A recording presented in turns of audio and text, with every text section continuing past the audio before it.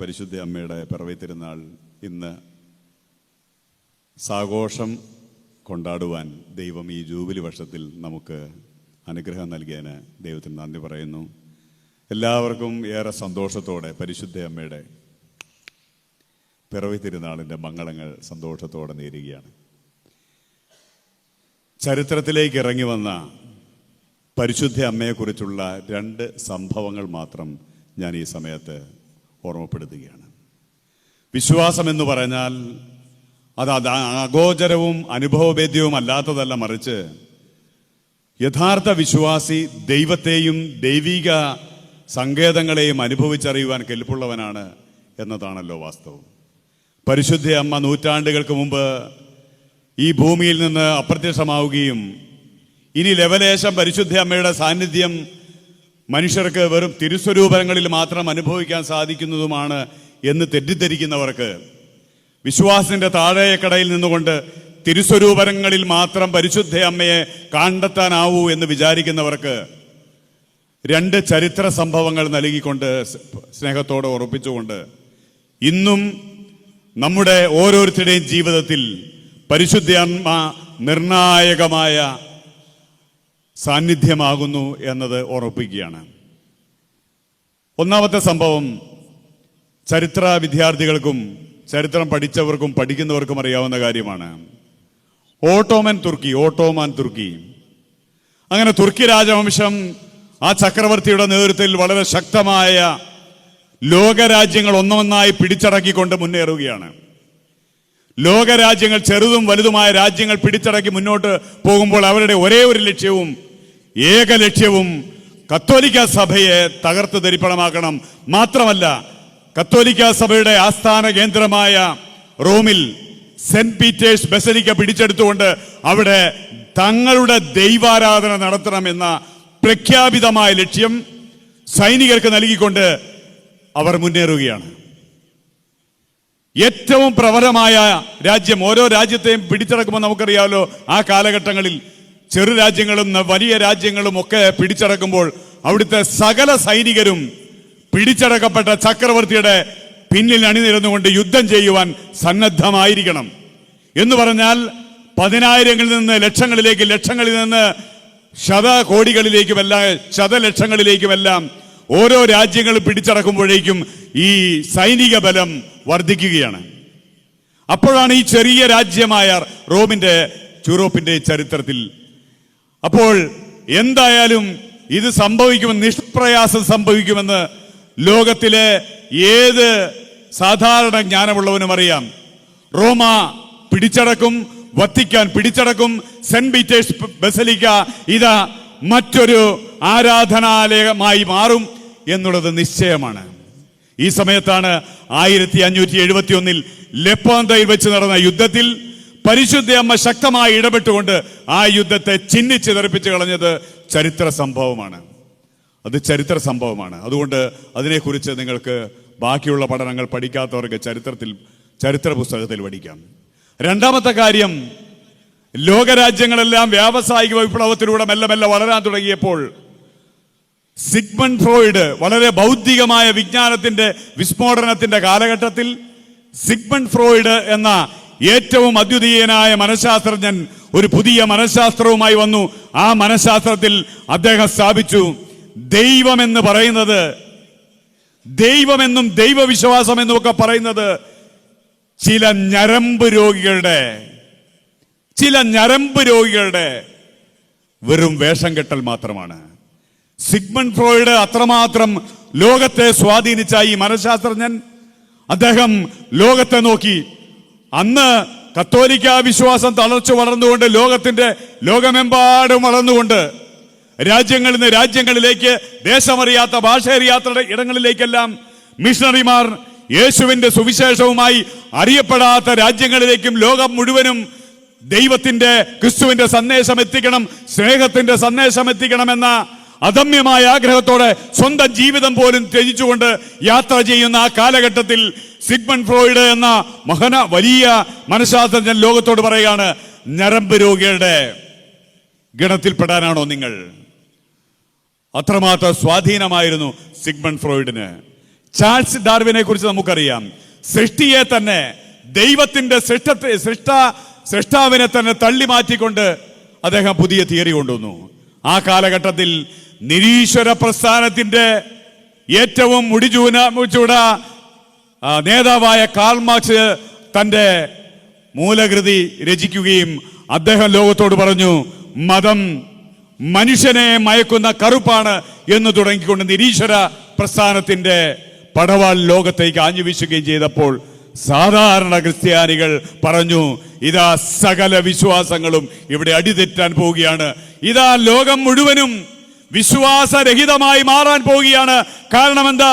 പ്രഗത്ഭരും പ്രശസ്തരും ലോകത്തെ പിടിച്ചുകുലുക്കാൻ ത്രാണിയുള്ളവരുമായ 3 വ്യത്യസ്ത വിഭാഗത്തിൽപ്പെട്ടവർ ദൈവത്തെയും ദൈവിക സത്യങ്ങളെയും നിരാകരിക്കുക മാത്രമല്ല, ആ വഴിയെ പോകുന്നവർ വെറും വിശ്വാസത്തിൽ ഷണ്ടന്മാരാണെന്നും ഞരമ്പ് രോഗികളാണെന്നും ഇത് വെറും മയക്കുമരുന്ന് പോലെ വിശ്വാസികൾ എന്ന് പറഞ്ഞാൽ വെറും കറുപ്പിനടിപ്പെട്ട മയക്കുമരുന്നിന് അടിപ്പെട്ടവരെ പോലെ ആണെന്നുമൊക്കെ പറഞ്ഞു വെക്കുമ്പോഴാണ് പ്രിയപ്പെട്ടവരെ പരിശുദ്ധി അമ്മ, അങ്ങനെ ലോകം അവിശ്വാസത്തിൽ വിറകൊള്ളുവാൻ തുടങ്ങുന്ന സമയത്താണ് ലൂർദിൽ പരിശുദ്ധി അമ്മ താൻ അമലോത്ഭവയാണ് എന്ന് പറഞ്ഞുകൊണ്ട് ഈ ചരിത്രത്തിലേക്ക് വീണ്ടും ഇറങ്ങി വരുന്നത്. എല്ലാ ചരിത്രകാരന്മാർക്കും, എല്ലാ ദൈവശാസ്ത്രജ്ഞന്മാർക്കും, എല്ലാ തത്വജ്ഞാനികൾക്കും അമ്പരപ്പുളവാക്കിക്കൊണ്ട് ചരിത്രത്തിലേക്ക് ലൂർദ് മാതാവ് ലൂർദിൽ പ്രത്യക്ഷപ്പെട്ടുകൊണ്ട് ചരിത്രത്തിൽ പരിശുദ്ധ അമ്മയുടെ വിശ്വാസത്തിന്റെ തീഷ്ണമായ സാന്നിധ്യം അറിയിക്കുന്നത്. സംഭവിച്ചതെന്താണ്?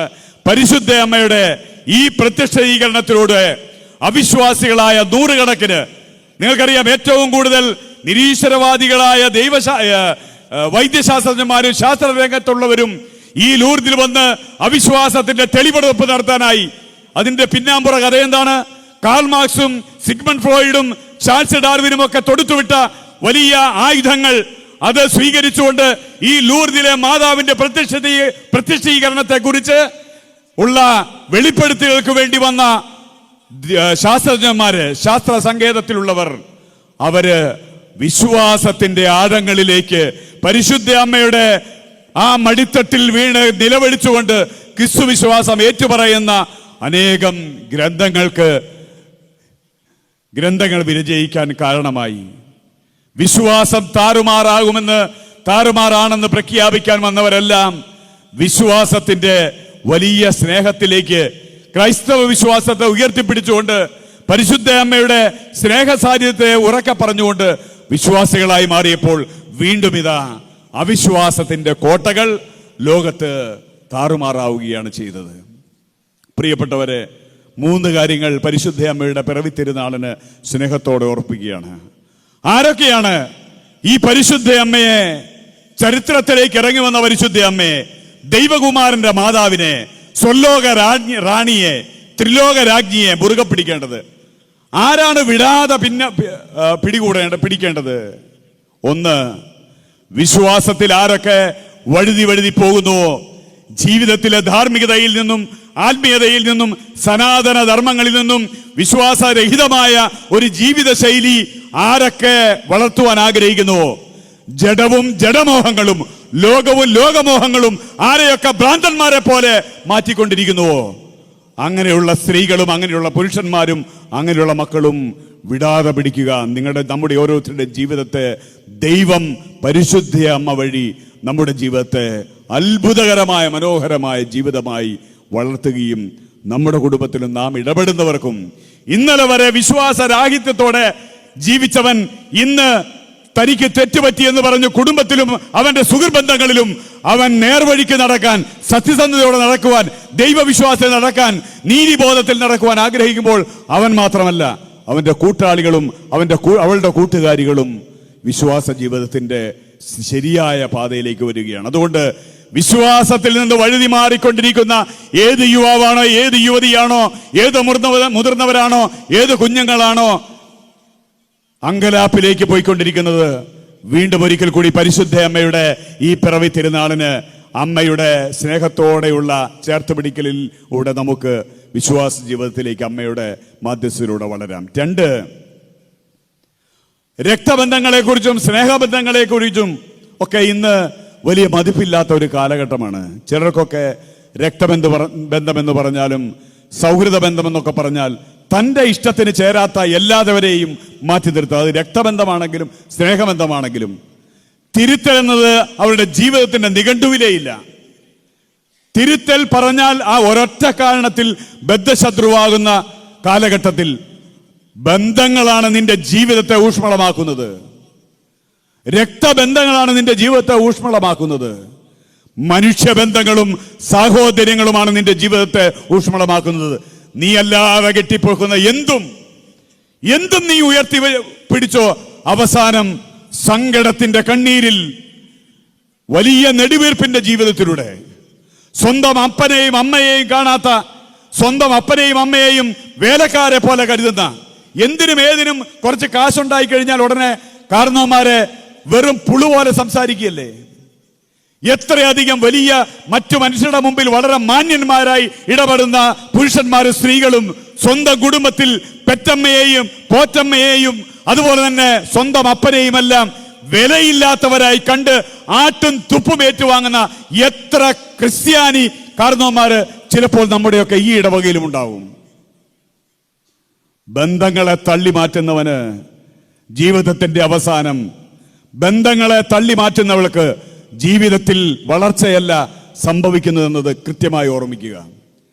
കുടുംബത്തിൽ നീ ഒരു അരക്ഷിതാവസ്ഥയുള്ളവനെ പോലെ, സ്വന്തം കുടുംബത്തിൽ നീ ഒരു അരക്ഷിതാവസ്ഥയുള്ളവളെ പോലെ സ്നേഹമില്ലാതെയും പരിഗണനയില്ലാതെയും ആദരവില്ലാതെയും ഉപചാര രീതികളില്ലാതെയും പെരുമാറുന്നെങ്കിൽ ഒറ്റ കാര്യമേ ഉള്ളൂ, നിന്റെ ഹൃദയത്തിൽ അവിശ്വാസത്തിന്റെ കോണുകളിലൂടെ നീ വളരുകയും വഴുതുന്ന ഒരു ജീവിത നിലപാടുകളിലൂടെ താന്നുകൊണ്ടിരിക്കുകയും ചെയ്യുകയാണ്. ബന്ധങ്ങളിൽ മാരകമായ മുറിവ് പറ്റിയവർ എന്ത് ചെയ്യണം? പരിശുദ്ധ അമ്മയുടെ ഈ പിറവി തിരുനാളിന് ഒരിക്കൽ കൂടി ജീവിതത്തെ മാതാവിന്റെ കേന്ദ്രീകൃതമായ അനുഭവത്തിലൂടെ വളരാൻ പ്രത്യേക ശ്രദ്ധ വെക്കാം. മൂന്നാമത്, ആ ബന്ധങ്ങൾ നമുക്ക് കാണാൻ സാധിക്കുന്നത് വല്ലാതെ അങ്കലാപ്പിലായ ശിഷ്യന്മാരെ സെഹിയോൻ ശാലയിൽ മാതാവ് ചേർത്ത് പിടിച്ചില്ലേ? അതുകൊണ്ട് ബന്ധങ്ങൾ മുറിഞ്ഞു പോയവർ പോലും ഭയപ്പെടേണ്ട ആവശ്യമില്ല. ഒന്ന് ജപമാല ഉയർത്തി ഈശോയുടെ തിരുമുമ്പിൽ പ്രാർത്ഥിക്കുകയും ബലിയർപ്പിക്കുകയും ചെയ്തുകൊണ്ട് കുമ്പസാരത്തിലേക്ക് മെല്ലെ നടന്നെടുത്താൽ നമുക്ക് കയ്യെത്താവുന്ന ദൂരത്തിൽ മാത്രമാണ് സകല ബന്ധങ്ങളും. മൂന്നാമത്തെ കാര്യം, ദൈവം കൂടെയുള്ളപ്പോൾ ചില വിശ്വാസികളുടെയൊക്കെ ഒരു സംസാരമാണ്, വിശ്വാസത്തിൽ ഞാൻ ആഴപ്പെട്ടപ്പോൾ, വിശ്വാസത്തിൽ വളരാൻ തുടങ്ങിയപ്പോൾ സഹന ജീവിതമാണ് എനിക്കുള്ളത് എന്ന്. അതിലൊന്നാമത്തെ കാര്യം, പല സ്വപ്നങ്ങളും ദൈവം ആശീർവദിക്കാൻ സാധ്യതയില്ലാത്ത സ്വപ്നങ്ങളിലേക്കാണ് പല സ്വപ്നങ്ങളും മുന്നോട്ട് പോകുന്നത് എന്നാണ്. അത്യാർത്തി നിറഞ്ഞ ലോകത്തിൽ അത്യാർത്തിയുടെ മൂർത്തരൂപമായി വളർന്നുകൊണ്ടിരിക്കുകയും മുഴുത്ത മെഴുകുതിരി കൊണ്ട മാതാവിന്റെ മുമ്പിൽ കത്തിച്ചു വെച്ചാൽ തന്റെ അത്യാർത്തിക്ക് മാതാവ് പരിഹാരമാകും, ക്രിസ്തു പരിഹാരമാകുമെന്ന് ചിന്തിക്കുന്ന വിശ്വാസത്തിന്റെ തലങ്ങളിൽ എത്രയോ താഴ്ന്ന തലങ്ങളിലാണ് പോകുന്നത്. അതേസമയം പരിശുദ്ധ അമ്മ നമ്മെ ഓർമ്മപ്പെടുത്തുന്നത് എന്താണ്? വിശ്വാസിയും സഹന ജീവിതത്തിലൂടെ കടന്നു പോകേണ്ടത് തന്നെയാണ്. കാരണം ക്രിസ്തുവുമായുള്ള ബന്ധം മുറിയാൻ തുടങ്ങുമ്പോഴെല്ലാം അത് വിളക്കിച്ചേർക്കാൻ, ക്രിസ്തുവുമായുള്ള ബന്ധം മുറിയാൻ തുടങ്ങുമ്പോഴെല്ലാം, അകലങ്ങളിലേക്ക് മാറാൻ തുടങ്ങുമ്പോഴെല്ലാം അത് വീണ്ടും വിളക്കിച്ചേർക്കുവാൻ സഹനത്തിന്റെ ചെറിയ തീച്ചൂള നമ്മുടെ ജീവിതത്തിലേക്ക് അടുപ്പിക്കും. പരിശുദ്ധ അമ്മയുടെ ജീവിതത്തിന്റെ ആരംഭം മുതൽ അവൾ സഹനാനുഭവത്തിന്റെ ആ നല്ല തീയിലൂടെ നടന്നതാണ്. ചെറുപ്രായത്തിൽ തന്നെ യോവാക്കീമും അന്നയും, അപ്പനും അമ്മയും നഷ്ടപ്പെട്ട പെൺകുഞ്ഞ്, അപ്പയും അമ്മയും നഷ്ടപ്പെട്ട പെൺകുഞ്ഞ്. ആ പെൺകുഞ്ഞിനെ പിന്നീട് ജീവിതമൊന്ന് പരിശോധിച്ചാൽ നിങ്ങൾ ഈ പറയുന്ന വലിയ ആഘോഷത്തിന്റെ, നിങ്ങൾ ഈ പറയുന്ന വലിയ ആഡംബരത്തിന്റെ, നിങ്ങൾ ഈ പറയുന്ന വലിയ അലങ്കാരത്തിന്റെ ജീവിതമല്ല. ഇന്ന് മാതാവിനെ മനോഹരമായി അലങ്കരിച്ചു വെക്കുന്നെങ്കിൽ, ആ തിരുസ്വരൂപം ഏറ്റവും മനോഹരമായി അലങ്കരിക്കുവാൻ നമ്മൾ പരിശ്രമിക്കുന്നെങ്കിൽ അതിന് കാരണം ജീവിതത്തിൽ ഉൾക്കാമ്പിൽ വളരെയധികം ക്രിസ്തുവിനാൽ ദൈവത്താൽ അലങ്കരിക്കപ്പെട്ട ഒരു ഉൾക്കാമ്പ് ജീവിതത്തിൽ കൊണ്ടു നടക്കുകയും എന്നാൽ പുറമെ സഹനത്തിന്റെ തീച്ചൂള അനുഭവങ്ങളുടെ കടന്നു പോവുകയും ചെയ്തു എന്നതാണ് വാസ്തവം. പ്രിയപ്പെട്ടവരെ, 3 കാര്യങ്ങൾ പരിശുദ്ധ അമ്മയുടെ ഈ പിറവി തിരുനാളിന് നമുക്ക് ഓർമ്മിക്കാം. വിശ്വാസത്തിൽ നിന്ന് മെല്ലെ മെല്ലെ ലോകത്തിന്റെ സകല മോഹങ്ങളിലേക്കും യാത്ര ചെയ്യുന്നവർ അധപ്പതനത്തിലേക്കും അസ്വസ്ഥതയിലേക്കും അരാജകത്തിലേക്കുമുള്ള യാത്രയ്ക്ക് വേഗത കൂട്ടുകയാണെന്ന തിരിച്ചറിവിൽ വീണ്ടും പരിശുദ്ധ അമ്മ വഴി ഈ പിറവി തിരുനാളിൽ ഒരിക്കൽ കൂടി ജീവിതം ചേർത്ത് വെച്ച് ജീവിതത്തെ ആഘോഷമാക്കി മാറ്റാൻ ശ്രമിക്കാം. 1. രണ്ടാമത്, ബന്ധങ്ങൾക്ക് വില കൽപ്പിക്കാത്ത ആരെങ്കിലും ഉണ്ടെങ്കിൽ, രക്തബന്ധങ്ങൾക്ക് വില കൽപ്പിക്കാത്തവരും സൗഹൃദങ്ങൾക്ക് നൈർമല്യമുള്ള സൗഹൃദങ്ങൾക്കും സുഹൃബന്ധങ്ങൾക്കും ഒക്കെ വില കൽപ്പിക്കുന്നതിൽ നിന്നും അപ്പുറം സ്വാർത്ഥ താല്പര്യങ്ങൾക്ക് വേണ്ടി മാത്രമാണ് എല്ലാം കൊരുത്തുകൂട്ടുന്നതെങ്കിൽ അങ്ങനെയുള്ളവർക്കൊരു തിരിച്ചറിവാണ് ജീവിതം ആഘോഷമാക്കാൻ യഥാർത്ഥ ബന്ധങ്ങൾ മാത്രമേ സാധ്യമാവൂ. അതുകൊണ്ട് നഷ്ടപ്പെട്ടു പോയ കണ്ണുകൾ വിളക്കിച്ചേർക്കുവാൻ ഈ ദിവസം നല്ലതാണ്. പരിശുദ്ധ അമ്മയുടെ ഈ പിറവി തിരുനാൾ നല്ലതാണ്. 3, സഹിക്കുന്നവരും തിരിച്ചറിയുക. പരിശുദ്ധ അമ്മയോടൊപ്പം ജീവിതത്തെ ഒന്ന് ചേർത്ത് വെച്ച് നിന്റെ സഹനങ്ങൾ ഏതുമാവട്ടെ, തെറ്റിദ്ധാരണകളാകട്ടെ, വല്ലാത്ത പലതരത്തിലുള്ള വിഷമങ്ങളും വേദനകളുമാവട്ടെ, അവയ്ക്കൊന്നിനും ദൈവത്തിന് മറുപടിയില്ലെന്ന് ആരെങ്കിലും ചിന്തിച്ചാൽ അത് വെറും മൗഢ്യമാണ്. ഓരോ വിശ്വാസിയും കറതീർന്ന് ജീവിക്കാൻ തുടങ്ങിയാൽ തീർച്ചയായും അവർക്ക് ലഭിക്കുന്ന സകല സഹനാനുഭവങ്ങൾക്കും അവരുടെ ഉള്ളിൽ നിന്ന് ദൈവം ഉത്തരം നൽകും. പരിശുദ്ധ അമ്മ അതിന് സഹായിക്കും എന്നത് നിസ്തർക്കമായ കാര്യമാണ്. ആരാണ് ഇങ്ങനെ വേവലാതിയോടും നിലവിളിയോടും കൂടി ആരെങ്കിലും എവിടെയെങ്കിലും എന്തെങ്കിലും പറഞ്ഞു എന്ന് കേട്ടാലും, എന്തെങ്കിലും ഒരു പാളിച്ച വന്നു ഒരു ബിസിനസ്സിനോ അല്ലെങ്കിൽ ഒരു കൃഷിക്കോ അല്ലെങ്കിൽ ജീവിതത്തിൽ ഏതെങ്കിലും ഒരു നിറപ്പായിട്ടുള്ള കാര്യങ്ങളോ സംഭവിച്ചു എന്ന് പറഞ്ഞ് വല്ലാതെ വേവലാതി പൂണ്ടുപോകുന്നത്, അത് വിശ്വാസ കാര്യത്തിലും അതുപോലെ വല്ലാതെ വിഷമിക്കുന്നവരാണ്. അതുകൊണ്ട് കൂടപ്പറപ്പുകളെ, സഹനം വിശ്വാസിയെ യേശുവുമായി ഒന്നുകൂടി വിളക്കിച്ചേർക്കേണ്ട അവസരങ്ങളിൽ ദൈവം നൽകുന്നതാണ്. ദൈവം അറിയാതല്ല എന്ന തിരിച്ചറിവിൽ ഒരിക്കൽ കൂടി കർത്താവിന് നമ്മെ തന്നെ സമർപ്പിച്ചുകൊണ്ട് പരിശുദ്ധ അമ്മയുടെ ഈ പിറവി തിരുനാൾ ഈ പരിശുദ്ധ ബലിയിലൂടെ ഇനി കാസയും പിലാസയും അങ്ങ് ഉയർത്തുമ്പോൾ നമ്മുടെ ജീവിതത്തെയും വളരെ നിഷ്കാമമായി ദൈവത്തെ തിരുസന്നിധിയിലേക്ക് ഉയർത്തിക്കൊണ്ട് കർത്താവെ വിശ്വാസത്തിന്റെ കൃപയിൽ ആഴപ്പെടുവാൻ, ബന്ധങ്ങളുടെ ആസ്വാദ്യതയിലേക്ക് നന്മ നിറഞ്ഞ മനസ്സോടെ വളരുവാൻ, എനിക്ക് ദൈവം എനിക്കായി വെച്ച് നീട്ടുന്ന ഒരു സഹനങ്ങളും കുതറിമാതാതെ സ്വീകരിച്ചുകൊണ്ട് ഈശോയുടെ നല്ല മകനും മകളുമായി മാറുവാൻ ഞാൻ എന്നെയും എന്നോടൊപ്പം എൻ്റെ കുടുംബാംഗങ്ങളെയും എന്നോടൊപ്പമുള്ളവരെയും സമർപ്പിക്കുന്നു എന്ന തിരിച്ചറിവോടെ നമുക്ക് കാഴ്ചയായി നമ്മെ തന്നെ സ്നേഹത്തോടെ സമർപ്പിക്കാം.